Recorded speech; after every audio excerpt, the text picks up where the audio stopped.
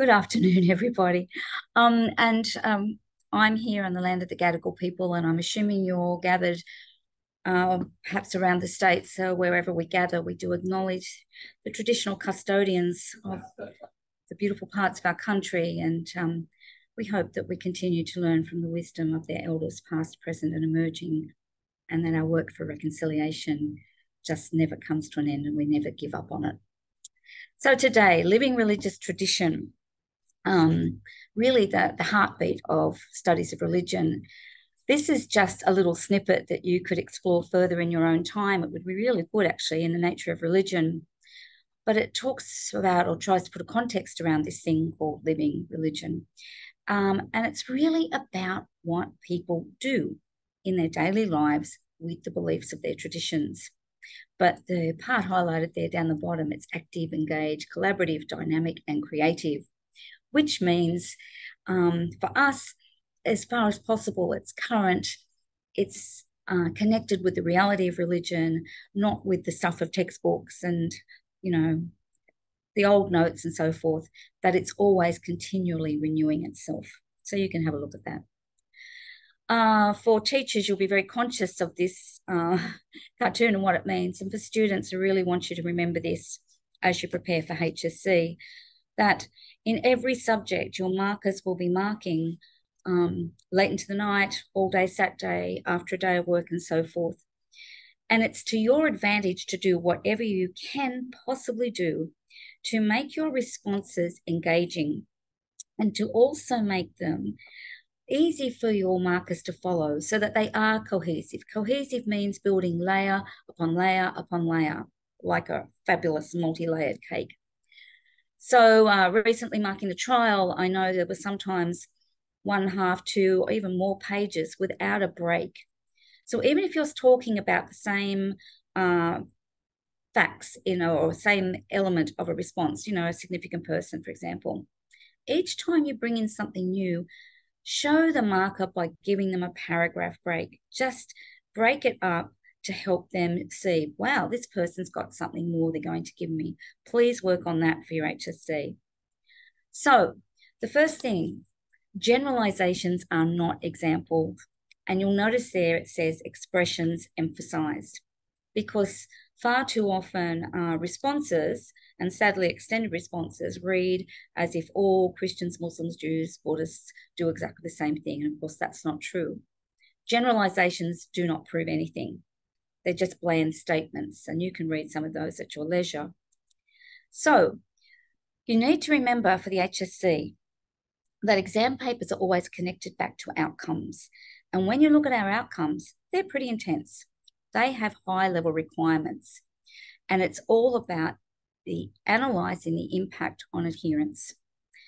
To what extent does religion influence the way people live? So you've got to have ways of showing your marker that you've learned something in 2 years about how that comes about. So can you prove it? Of course you can prove it. How do you prove it? You prove it with evidence.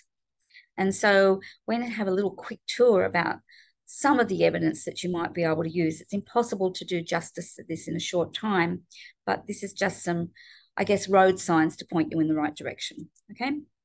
So a little divergence here, the Matildas.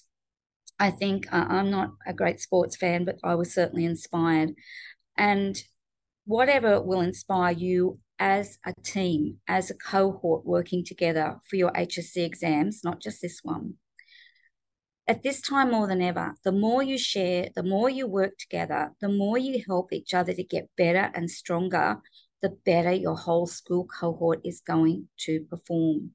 So if you find something great while you're still doing some research and fine-tuning your notes, share it with your teacher, share it with your team, because you're not going to be disadvantaged by that. All your assessments done, your marks are ready for NESA. Please, please, please be the Matildas in action. So evidence. Okay, so I'm going to start off by pointing you towards this website that was put together earlier this year by the National Church Life Survey, especially for studies of religion. The link is there. Obviously, it pertains mainly to Christianity, but it has some fantastic evidence that you can use across a range of areas. So just one little snapshot here. It has quite a number of research documents and articles about to what extent churches really are engaged in environmental activities. And probably there's still a way to go on that. So what would you do with this? And I'm going to just use a little time to do a little bit of expanding perhaps some thoughts on environmental ethics at the same time as showing you how to use the data. So if this was part of a response, okay, so you've already given them examples of some of the great things and not so great things, because you've got to show both sides of the coin. I wanted to point you to a couple of other really significant Christian teachings in respect to the environment, because having just marked a lot of essays, I do get sick of seeing that the only thing is stewardship and it's linked back to Genesis or perhaps the Psalms. There is so much more out there. So just highlighting that Christian eco-theologians, and that's the sort of language we use, believe that the death and resurrection of Jesus brought redemption for all of creation. Yes, salvation for humanity, but the act of redemption was for all of creation. Of course, creation damaged in some way during the fall in the start of the Bible. So linked very much to that then is the call to Christians to be the face, the hands, the ears, the feet of Jesus, and to work for justice as defined in Matthew 25. You're going to hear me say that a lot over the course of a couple of sessions today. So that Jesus' redemption is for all creation. Christians are to respond by acting in justice for creation, because by doing that, they're acting for justice for all those people who are already impacted by climate change. And another teaching I'd like you to really think about, and not just for environmental ethics, but for every aspect, for religion and peace, for baptism, for marriage, for every aspect of this course, is the teaching that the Trinity offers Christian adherents the perfect model of right relationship. The Creator, the Redeemer, the Sanctifier, all working together in perfect harmony and right relationship. That's the sort of relationships that Christians are to aspire to. In this instance, with the environment, in every other instance, with their fellow human beings, particularly the ones probably they find it a bit tough to get on with sometimes. So have a think about that. Then the National Church Life Survey data comes in. And certainly there's some great things happening in terms of the environment for Christians. However, when you look at the little data there, only 16% of Christian communities, this is across the breadth of expression, celebrated any sort of environmental day or season, and only 6% had an environmental activity or project. That's not a lot. And so there's a bit of analysis there at the bottom about, in a prepackaged society, Christians, like lots of others, are easily squeezed into the mold. That's the stimulus from the question there in 2020. And so that's just something to think about, because we are going to talk otherwise about the stimulus as well. So have a think about that. So baptism. Baptism is another well, it's the most done practice for HSC amongst our schools. And at times it is so generalised that it makes Christians, it all sounds like anyone who's been baptised is out there changing the world. That might not be the case. So how do you demonstrate the reciprocal responsibility of baptism, the gift of baptism, dying to an old way, rising to a new life in Christ? But how do you show that it's a gift that has a responsibility? And that's the language you should be using. And then, to what extent are Christians living this responsibility? Because that's the big ticket item for all of the practices, for all the religious traditions. What is the impact on individuals and communities? And you can only demonstrate that through examples. So you need to find at least one, or preferably two, in case you've got a standalone response on a practice, examples of Christians who truly and genuinely strive to live the teachings of Jesus, to love God and others and so forth, and do what Matthew 25 says. This is just a few that I've thrown on the page. And of course, Danny and Layla Abdallah are a standout because they are unbelievable. And every year they do something new. So you keep it fresh, you bring it up to speed on what they've done in 2023. The martyrs of the 20th century are a very good group to explore. You only have to find one. So, for example, Dietrich Bonhoeffer was a Lutheran minister who, because he's of his faith and his belief in what Jesus was calling people to do, ultimately gave his life fighting against the Nazis and their attempt to exterminate the whole of the world's Jewish population. Archbishop Desmond Tutu, Church of England, incredible person, Dorothy Day, and so on and so forth. So as they need to be people that have substance. They need to be people that you have evidence of them actually actively living the requirements of the baptized. I know there's some examples and there's TikTokers that have done this and that's terrific, but you do really need some substance in this one. So the text, of course, in baptism, Christians become clothed in Christ. So how can you show people who actively witness to what this means, especially in terms of their care for the vulnerable in so many ways? So I really challenge you to do more with baptism. So your teachers will be conscious of this group, and students, you can't join it. But the Studies of Religion Facebook page, which has nearly 1,700 members, I think, is a great source. And if you don't know, it's a place where teachers can ask and get help. So, for example, not that long ago, July this year, someone asked a question about Jewish weddings and the wedding ring and so forth. Now, Rabbi Zalman Castell is someone who was always present on our Facebook page, and he's always ready to assist people if they want some further information on Judaism. And you'll notice there I've highlighted, he talks about Judaism as a living tradition, and he mentions Maimonides and so forth. So following that, someone said, well, I've heard that the wedding ring is because this finger is closest to the heart. Okay. Now, Rabbi Zalman then says, well, I cannot find any reference in the teachings of Judaism to that. And so if you're doing Jewish marriage, this is a really interesting one for you to explore and elevate your response somewhat. But teachers, I would really encourage you, if you have those questions, get on and ask. This is about peace in Judaism, but it's also Rabbi Zalman. Inner peace in all the traditions is probably the part that is not done well. At times it's not done well at all. And Rabbi Zalman, again, in response to a question that he'd seen, actually went away and thought about this in his tradition, and he's written this amazing post on inner peace in Judaism. And if you do Judaism for Peace, I would strongly encourage you, and you'll get this PowerPoint and there's the link, to look at what Zalman has said, because this would take a generalized Jewish peace response to a whole other place, because then this is 2023 living religious tradition.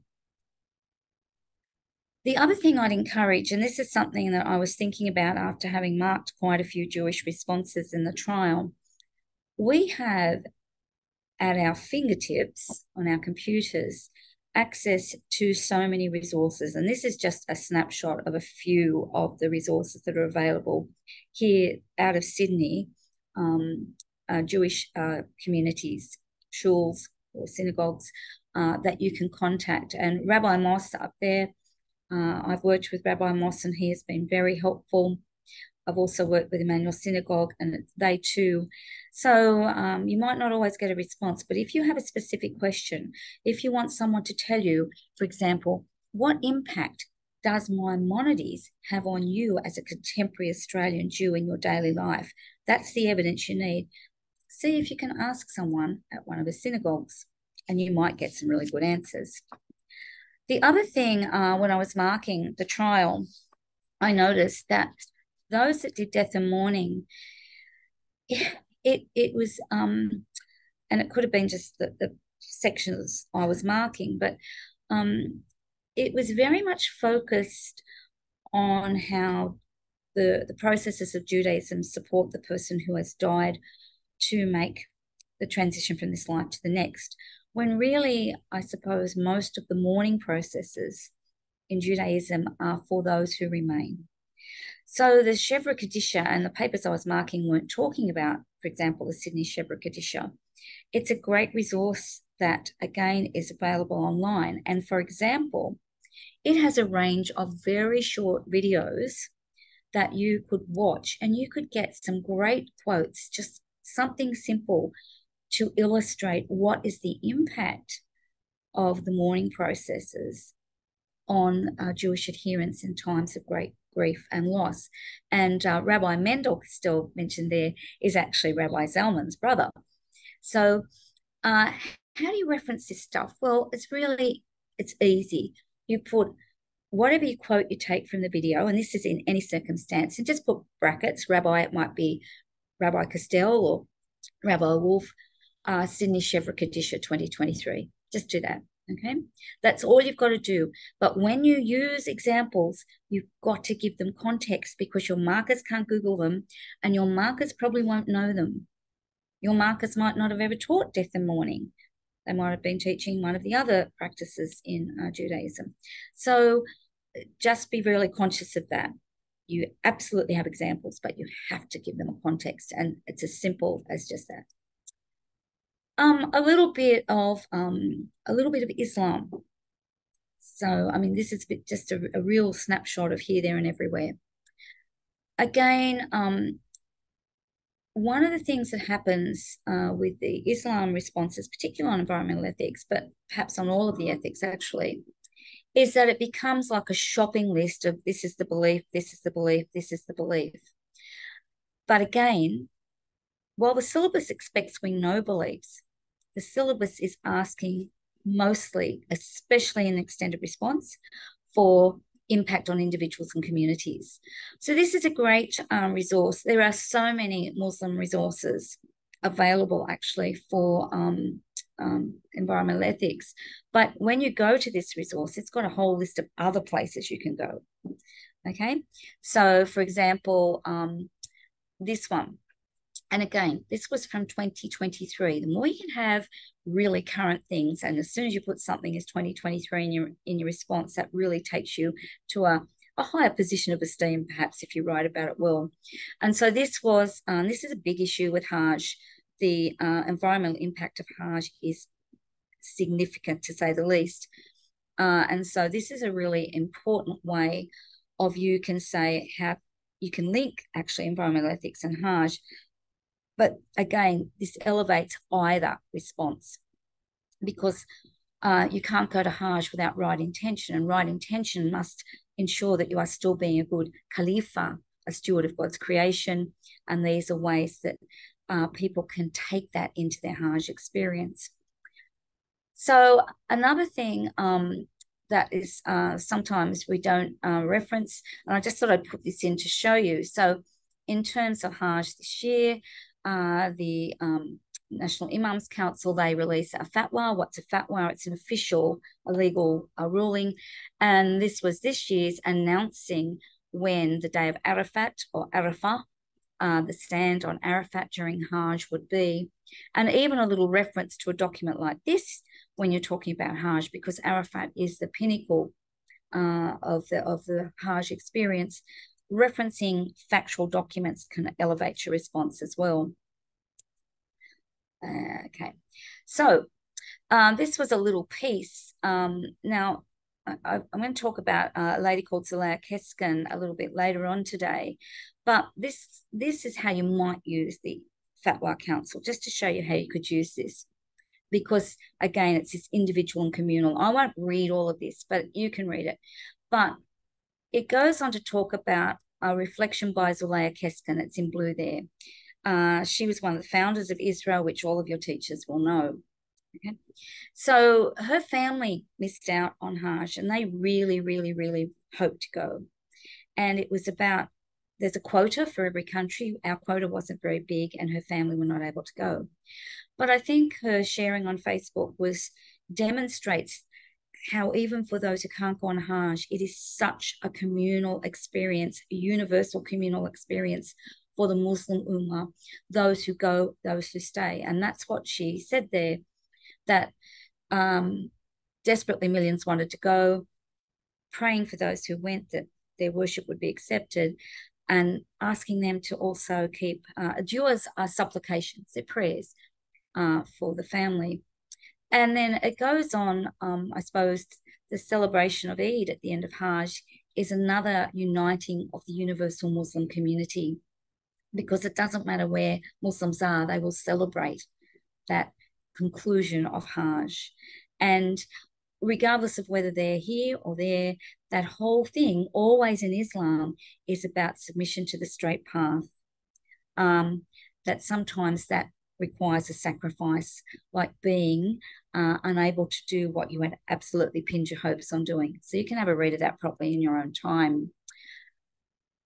One of the things, Hajj is also very, very descriptive. They do this, they do that, they da da da da da da. And again, that's not showing impact on individuals and community. So AMUS, the Australian Muslim Times, it's free, it's available online, it's a resource for everybody. And it had, in the most current edition, an absolutely fantastic piece on sabra, that whole quality of controlling ego and impulses, the greater jihad, if you will. And there's this wonderful piece about, particularly amid the throng of Hajj and so forth, written from the perspective of a Haji, on what it means to try and really control one's impulses and to be patient and to be peaceful. To put something like that into a response as an impact of Hajj, so much better than, as I said before, a generalization. Similarly, this was a great piece from this year, and some amazing stories of people who'd waited and waited and waited their whole lives, people who are poor, who saved every little piece of money they could, and what it meant for them. So there's a stack of that sort of thing around if you take the time to look for it. Moving to a different area, voluntary assisted dying. Now, if you're doing bioethics, this is the language you should be using by now, not the older textbook style language. And as you can see on the map, in November this year, so when we're doing our studies religion exam, voluntary assisted dying becomes active in New South Wales. It has been legalised, but it is a very long process to have all the checks and balances in place and so forth. And so in November this year, it's going to be active. All religious traditions united in advocating against voluntary assisted dying from the time it was first introduced in Victoria, based on their teachings of their traditions, such as thou shalt not kill, which is universal, that God is the creator of the human person and so forth. So there was a unity there. However, that didn't sway the argument, and there were members of religious traditions, particularly Christians, who did support VAD. We'll get to that. So this is a really excellent, simple document. That's an interfaith document. It's a really easy read, and it highlights what all the other documents that religious leaders put forward, that what our country really is desperate for is high quality palliative care that is available to all people, not people that are just maybe in a big city like Sydney and close to hospitals and so forth, but available to all people for high quality, holistic palliative care. And so there are Christian, predominantly Christian, but there are also Muslim and Jewish leaders represented in this document. And they share the same a goal, as the title of the document says. If you're still looking for a good resource to support your bioethics response, I really would encourage you to use this. However, and this is where the data is useful, and this is where the more you use it, the better. Okay, so in the 2019, and there were lots and lots and lots of surveys done, but the Vote Compass on ABC. So there were nearly over 450,000 respondents. You'll notice that while the religious leaders, and this is particularly looking at Christians, I suppose, were very much opposed to VAD. That actual members of Christianity in particular were quite supportive. And so there's an imbalance there between what the leaders were saying and I guess what you would call the people in the pews were saying. Now, you can use that data and you should use that data. So we won't read all of this because this is supposed to be a half-hour presentation. So you've got to present the absolute non-negotiable orthodox teaching of the churches. And that VAD is unacceptable because it rejects the sanctity of life and so forth. But however, this is just part of a response. This is just part of a response. The majority of the response would be more on the other aspects of bioethics and why VAD in this instance goes against Christian teachings. So it just tells you there, but both sides of the argument use the same text reference or references. Be compassionate as your Father is compassionate. So while Christian leaders said that compassion is evidenced in providing the best palliative care for all people, those in support of VAD argued that VAD itself is the best possible care. So you can read that again in your own time, but that sort of thing is what will elevate your response again, because it's living, it's now, November 2023 in New South Wales. I'm not a Buddhist expert, but I think, again, in terms of Buddhism, when you start looking, again, you need specific examples. And of course, Plum Village, I think, is a great place to start because it's a universal, it's international movement in Buddhism.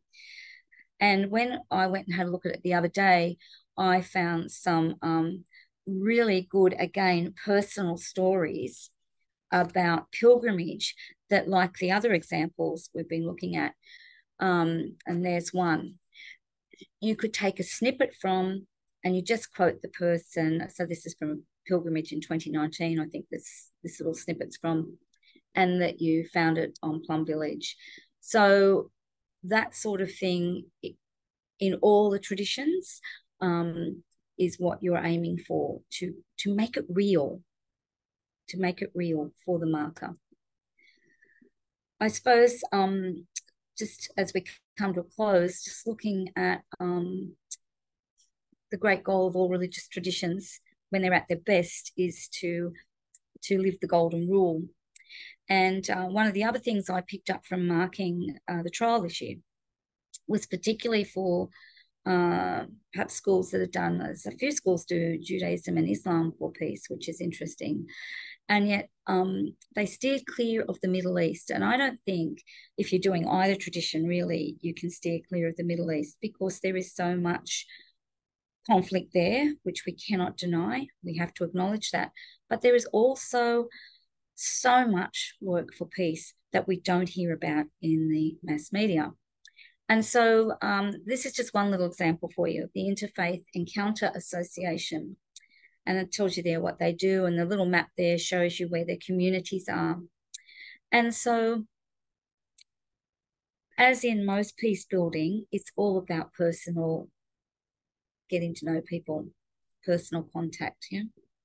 And it's a great website, and it would give you ideas. So here's, people that are caught up in the midst of the conflict who are coming together, Christians, Muslims, Jews, non-religious, but to try and build pockets of peace.